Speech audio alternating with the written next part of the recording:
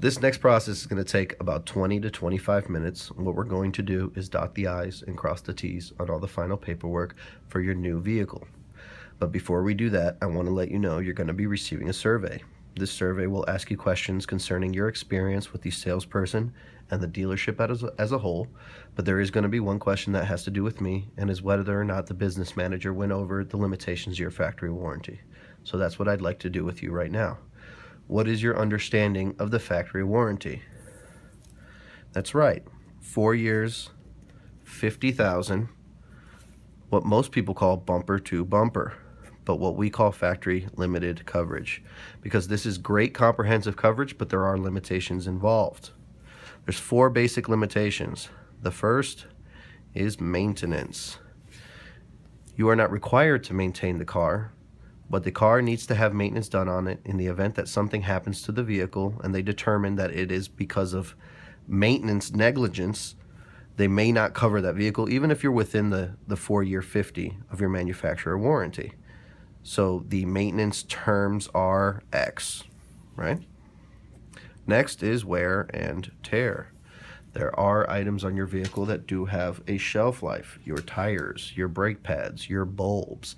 These things will eventually wear out, and when they do, they will not be covered by your manufacturer warranty.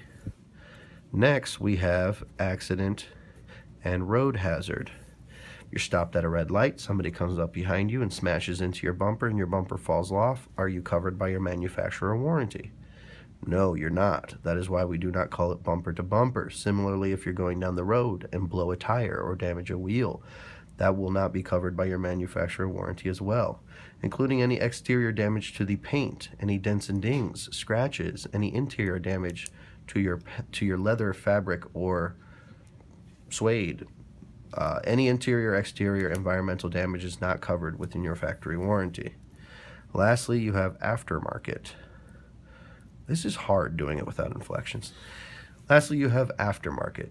Aftermarket is anything you add to the vehicle that did not come with the vehicle and that's not through the manufacturer. So, for example, you put in a new stereo system in the vehicle. If that fails or causes something to fail, even if that something is covered by your manufacturer warranty, unfortunately, it will not be covered. So you can see, this is great comprehensive coverage, but there are limitations involved. Great. So let's take your manufacturer warranty and compare it against your intended period of ownership, or how long you said you were going to keep the car. You told me you were going to keep it about 7 years, is that right? 1, 2, 3, 4, 5, 6, and 7. And you said you drive about 15,000 miles a year. 15, 30, 45, 60, 75, 90, 105.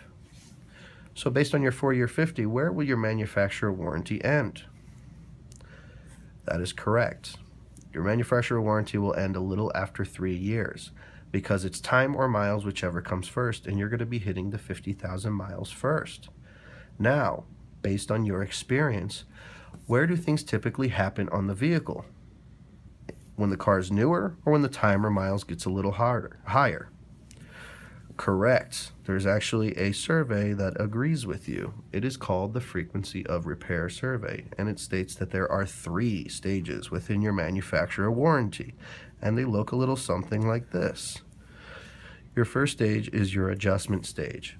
This is when the car is brand new. Components are working together for the first time. You might hear some creaks and groans. Anything that happens would be generally minor, and it's the reason why you have a factory warranty. The next stage is called the gas and go stage. This is when the car is working at optimal efficiency.